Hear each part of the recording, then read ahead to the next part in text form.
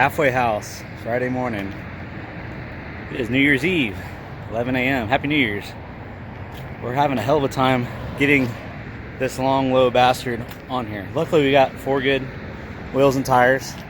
I really didn't think this was going to be that big of a deal.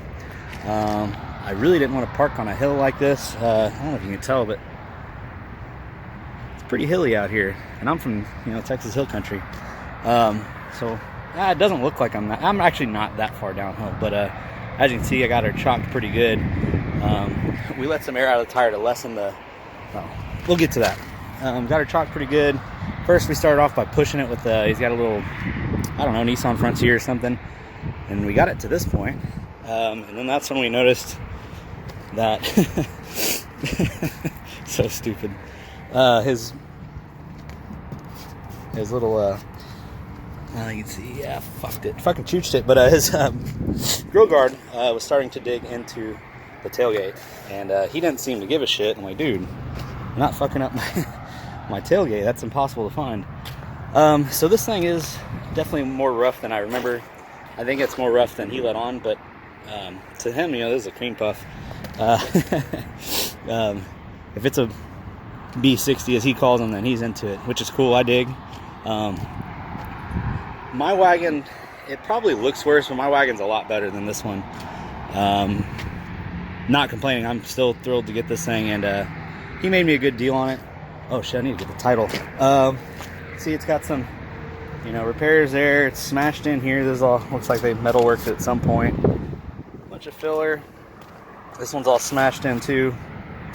Bunch of filler. My breakfast, actually lunch. It's definitely cool. The glass is tits. Tinted glass. Doesn't really. Well, it's got power steering, power brakes. No AC. Does have a clock. It's a 6-passenger, not a 9. I think he said he doesn't have any 9-passenger wagons. I can't remember how many wagons he has. He has. We'll do a tour of his. This is at his house. I made a video yesterday of him kind of going through all his cars at the ranch. But let me try to think. 1, 2, 3, 4, 5, 6. He might have 6 wagons or so. He does have an Invicta custom wagon, which if you know what that is, that's extremely rare. I think he said they made like 280 of them. He also has a convertible and a 2-door, or he might have two 2-door hardtops. I forget. Invicta customs, which, as you know, they're extremely rare with the buckets and all that. The wagon is way cool though. He kind of mentioned selling it. So if you want a super, this is rare enough, but if you want a super duper rare wagon, hit up Mitch Lerman. Oh, I lied. The glass isn't good. I forgot, because the windshield's fucked up like almost the same way mine is. Got a little daylight through there. Overall, I expect it to be fairly solid for what it is. It's cool. I'm happy with it. His deal is, nobody leaves unhappy, and he let me stay at his house. This is the 3rd time I've been here. In almost 11 years. No. Wait, let me think. Almost 13 years I've been here. This is the 3rd time I've been here. Extremely nice guy. He is dead set on getting this thing up there without a rollback. Like, dude, I'll just call a rollback, get it done in 5 minutes. And he's like, no, we can get it. So we're going to get it. He's a go-getter, man. He's a good fucking dude. I love coming out here. Yeah, we always have a blast. So I was telling him, I was like, man, if 60 would have kept the slanted headlights like a 59 with that grill, oh man, it wouldn't be cooler than a 59, but it would be way cooler. I say that, but this is about as cool as it gets. But I don't know, like if I had to choose between, a 59 and a 60, I'd take, the 59 all day, any day. Anyway, so he had an appointment at 11, so I was like, all right, well, you go do your deal, and I'm gonna wait for you to come back, but I'm gonna chill out a little bit, because to me this is just getting sketchier and sketchier. But I told him, I was like, man, I'd never do this at my house. Like, I don't know. And you think you come prepared, and I bring all kinds of chocks and straps and chocks and chains and 2 come-alongs, and then this one starts to rip, and more straps and more ramps and jack stands and ramps and beer, chains, straps. All these ammo cans are full of well, that one's empty. We've used all of it. I don't know. I'll just walk around. Oh yeah, I can see my carpet in the daylight. Look at that. Clean, one owner. Oh shit, let me make sure this thing's off. Okay, it's off.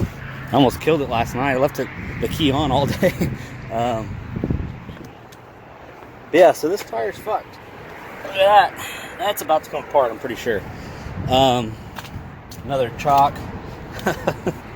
It's getting western, as they say out here. Oh, I got me a tumbleweed in California, Lancaster, outside Lancaster, or Palmdale, or wherever the fuck it was. Yeah, all these got straps and chains and more straps, and I got shackles and boomers and cracker smackers and everything. So I'm pretty set. Got chokers. I got another little short choker there and short chains, and I'm set. But with everything we have, we're still not. Still don't have this thing up there. As you can see, got frame on metal action there, and then I think our biggest issue is this. Again, sorry, Noah, I chipped your reflecting tape. Obviously, I'll make it right. Oh, another thing, Noah, if you make it this far in this stupid ass video, this is your spare. If you wiggle this valve stem, it leaks, but not at the rubber. It leaks through the core. So I swapped cores on this one and this one. This is the one that was off of it, and they both do the same thing. This one, I haven't put a gauge on it, but I bet it has 15 psi in it. I took that one off before I left Canyon Lake. This one I haven't touched. It is getting a little low now, so I'm gonna get a tire for my truck, and I'm gonna get both those valve stems replaced. Obviously, he's got a compressor. He lives right over here, so we're gonna fill these up. I don't like doing that, but it did help us with a couple degrees, because where we were, the frame was hitting on this and on this, and so we tried to get his Suburban over here to pull it up. That's what this chain's for. And as you can see, no traction, even in four-wheel drive. And he started to slide. I was like, dude, don't hit my shit. We'll get it figured out. He's extremely optimistic, which is awesome. Yeah, he's a go-getter, man. He ain't scared of shit.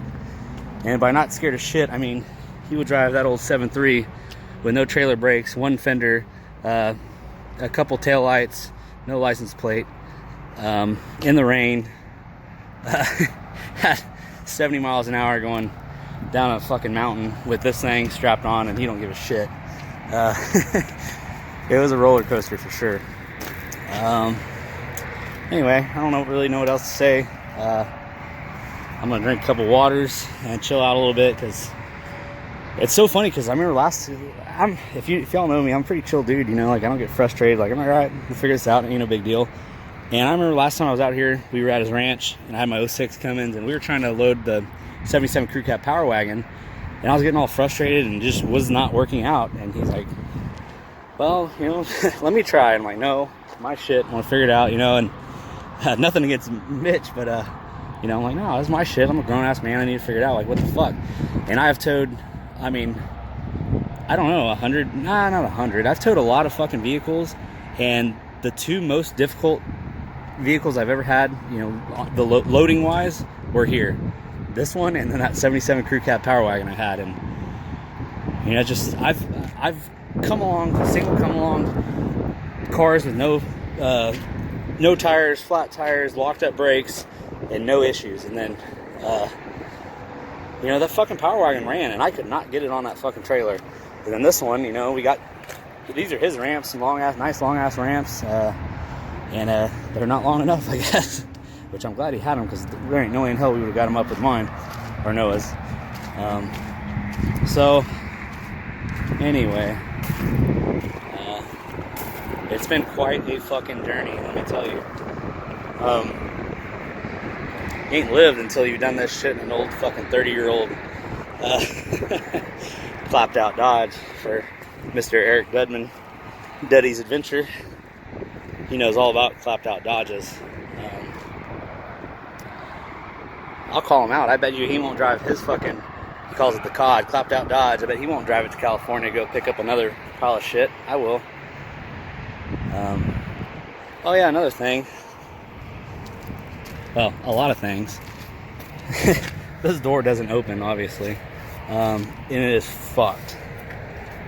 Who knows what happened to it? I don't remember it being like this last time, but that was 9 years ago, so who knows? I'm pretty sure the linkage isn't hooked up to the transmission. The e-brake does barely work. What else was I gonna say? I don't know. I'm just killing time now. I have to be back at work on Tuesday at 8:45 in the morning.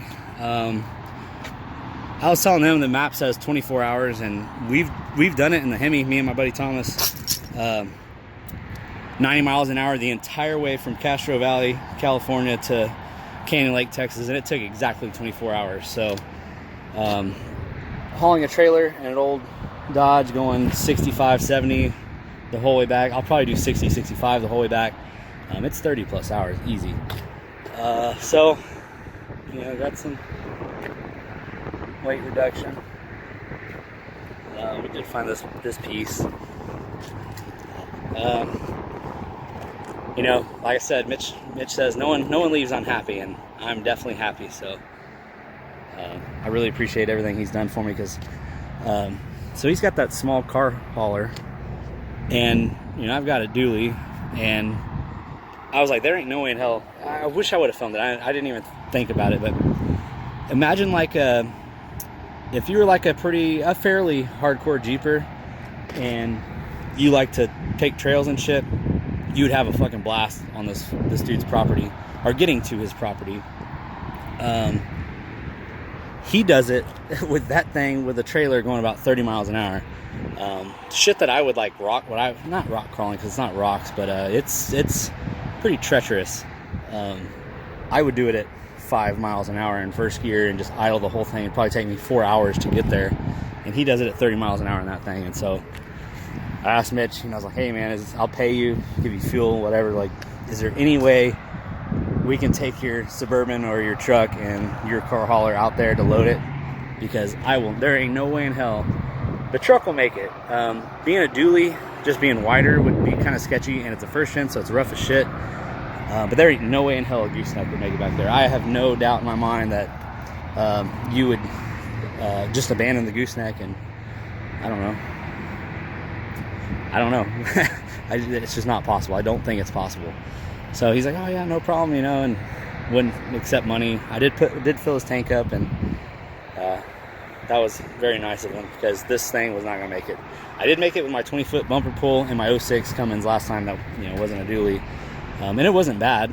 There was a couple corners you cut, you know, even with a bumper pull, that, I mean, you're dragging this corner through, you know, a foot of fucking dirt and sand, because you just can't make the turn. Gooseneck, fuck no. There ain't no way in hell you would have made it. Not possible. So I'm rambling on.